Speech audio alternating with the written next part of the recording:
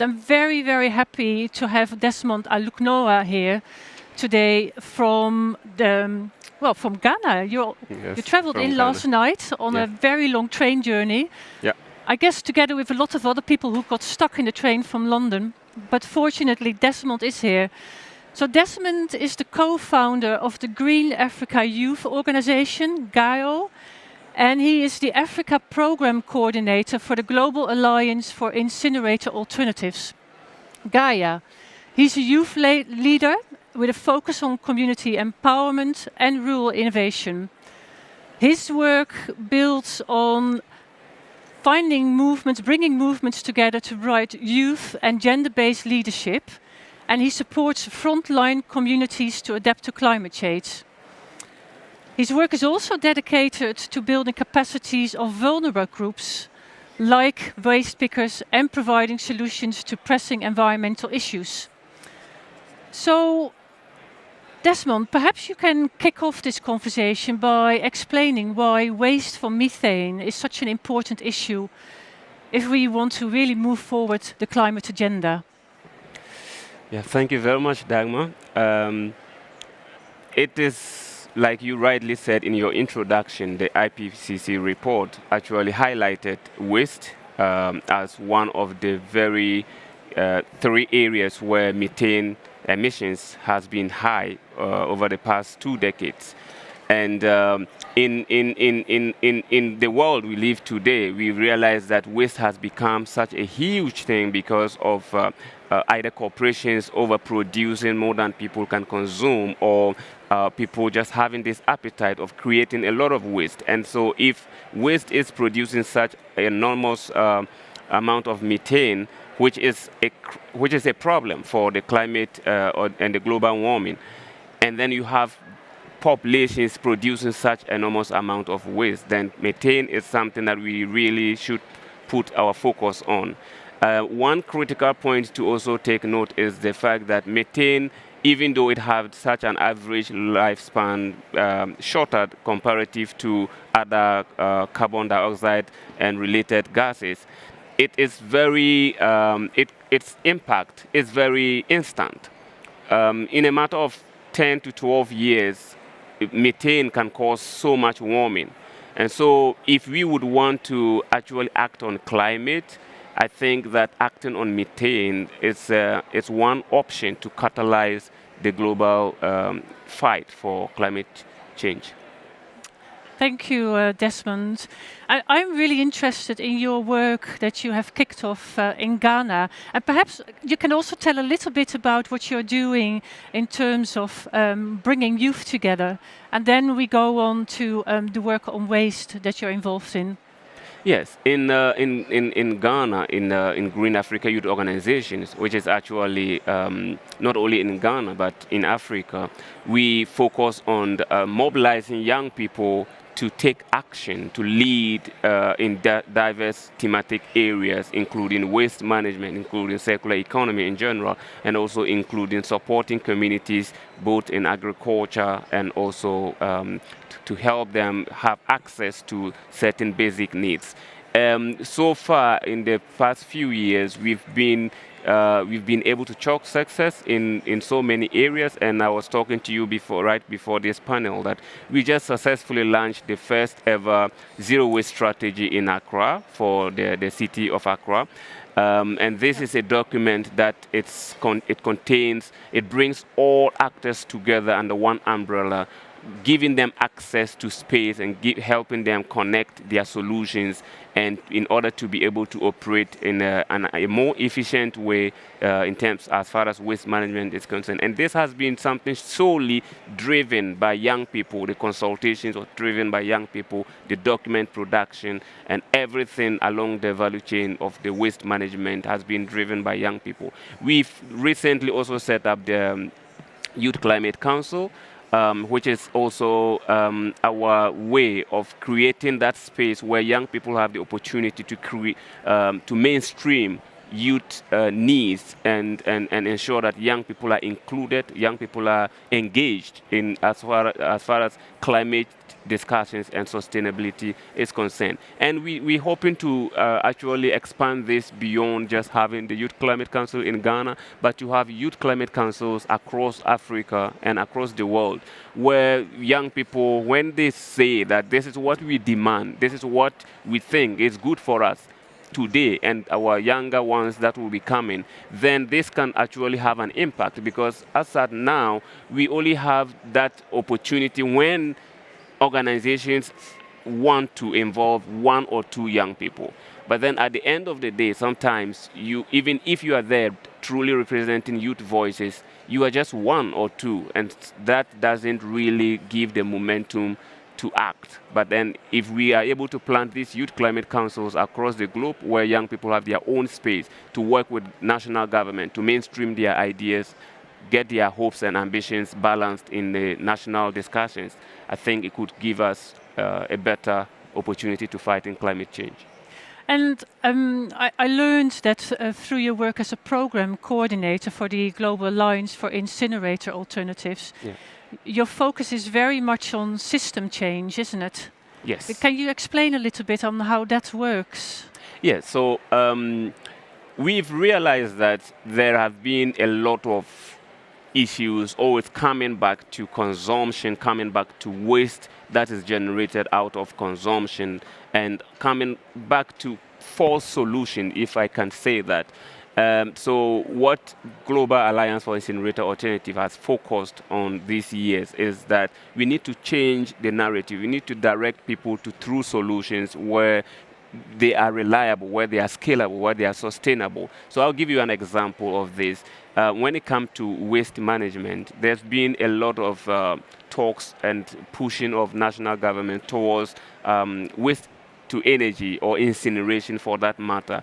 But then the very basic ideology of this alone tells the person that you need to put this here, you need to produce to feed this plant, and it actually undermines the fact that you need to reduce the waste you are generating. Because now if you create this space that you must feed the plant, then you feel like you must produce the waste. So we try to let people know that there are actually options where you can actually reduce the waste you are generating, and you can divert so much of the waste that goes to the landfill. So for example, in Gaia, we have so many organizations, both in Southeast Asia, in Africa, that are tackling these waste issues head on, mainstreaming it into policy discussions, and also having projects on the ground that are creating jobs for waste pickers, waste managers and collectors and transporters to have their way of diverting so much waste that would have gone to the landfill.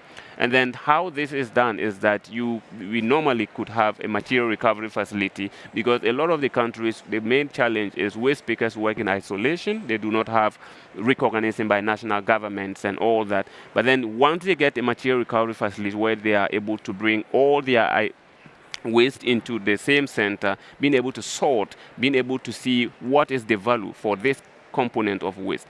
And you are able to, through this, we are able to have reliable data that when we are speaking about a particular city or a country, and then we say that per the waste composition profile, this is what we think would be good for you to mainstream in your NDCs, to mainstream in your national adaptation planning process. Then we are speaking based on facts, and we are speaking based on true solutions. So what I'm interested in, because I think your organization almost started bottom up, didn't it? Yes. But now you also have traction at the government level, don't you? Yes. And how did you bring that about? Yeah, so we sort of have this multilateral or multi-solving approach of problems. The idea being that you need to act and act and act until you refine your solution. But at the same time, you need to make sure that whatever you are doing have potential or have power at the decision-making table. So I can give you a few examples that also surrounds around zero waste and movement building, both in the Philippines and in Ghana. What we do is that we engage the decentralized form of government, the local level, and then we make sure that they get to see the solution that we are bringing on board. So what we did in Ghana, for example, is that we engage the local municipal assemblies, and then we tell them that, okay, we are bringing this solution, a zero waste approach that can divert this amount of waste from your landfills, which means you get to cut your municipal or government budget by maybe 20% every year for the first 3 years. They would doubt you for the first time, but then once you put it in play, and then they realize that all of a sudden, a lot of people have gotten more value, waste workers have gotten more value for their money, more hands have been employed on board, but government expenditures have rather reduced, then they begin to contribute in support of this kind of ideology when they are having government meetings where we do not have access to, unfortunately. And then the other thing is also we organize parallel policy discussion meetings, and we try to build national alliances, because that is also one key trigger that we have used, and currently we are doing something actively like that in East Africa, Kenya, Tanzania, Uganda, where we are building national alliances, bringing all NGOs, civil society organizations, and also the private sector into the same room, trying to let them understand when we say we want to drastically reduce how much we spend managing our waste, and we want to create jobs that are decent and that could actually be qualified as green jobs. This is what we mean. Once you get the private sector and the general public understanding and practicing it on their own, it gets to a time that government absorbs it, whether with you or without you. Yeah. But of course, all that we need is to change the system and not to take the credit. Yes. Yeah, and I think one of my questions also was indeed that, if you have got recommendations for further change, I think there's a very strong focus there on working together with partners, private sector and government. But are there sort of other things that have been really essential for your success? Well, I think one key thing is that we also try to make sure that people are able to practice both as individuals or in groups. So, for example, when it comes to the issue of community composting, we've made people to understand that when your waste go to the landfill, not only will it contribute significantly to the production, the emission of methane that will come back and fight you, but also you are losing a valuable resource. So if you can compost this, you would make this either amount of money, or it will support to improve the ecological health of your soil that you use to cultivate your crops and other things. And once people adapt this, and of course some of these things are models that we've been practicing over the years. So we always have somewhere you can borrow and keep retweaking to suit the needs of that place. The other thing is also mobilizing the informal sector and giving them the voice. So, for example, one thing that have also worked is that in most parts of Africa, people who are doing waste management at smaller scale, those who scavenge and make money and sell to recycling companies and other things, they are hardly recognized by government and also big corporations. So therefore, we try to put resources at display and bring these people together, get them recognized, sometimes get them actually certified by the government and authorities. And once they have this and they can operate without fear, they actually even now do better. They do not dispose waste at places they are not supposed to dispose, but then they are also having the freedom to operate and not being fight against by either government task force or private corporations that are having larger chunk of resources to do. So we sort of get these things done in multiple ways, but then we also, of course, focus on continue to learn. When it comes to learning, we realize that it is always important that you make people understand that when you are moving a certain direction, that it's not absolute. And that's why we make people understand that you have to practice and practice. But then make sure that you are practicing on the true solution and not the sort of false one. One of the things you mentioned to me before we started, which I was really impressed with, is how agile you are as an organization, and that also has resulted, for example, in this zero waste strategy in Ghana. Yeah. Can you tell a little bit about that? Because lots of governments all over the world, they take a long time to get the right policy in place, but you've been really quite successful in getting policy in place before government could even do it.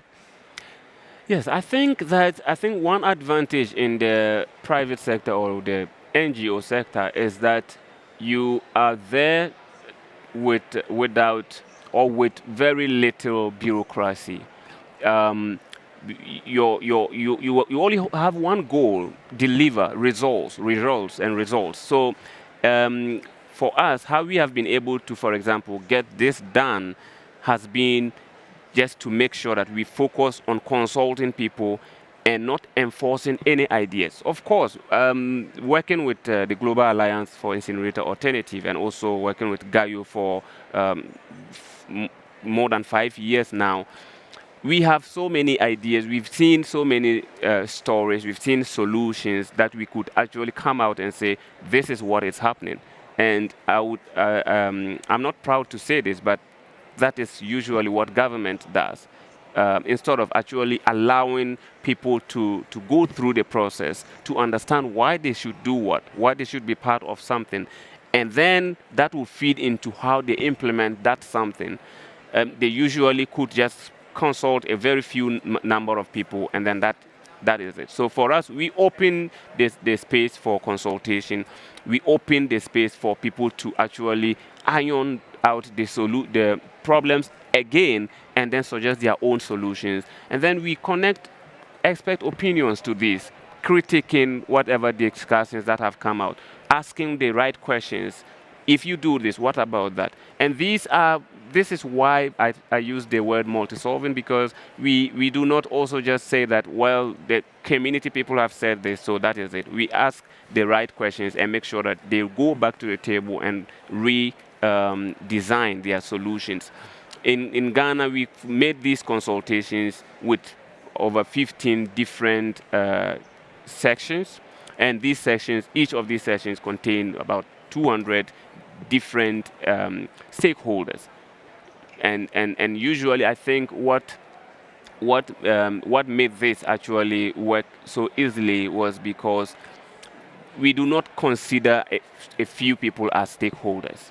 We actually open up and make everyone who has any relation with this. So the hospitality sector, the waste pickers, the person who produces the waste, everybody else was there together with government. Of course, we made sure that government ministries, every department that matters is being consulted.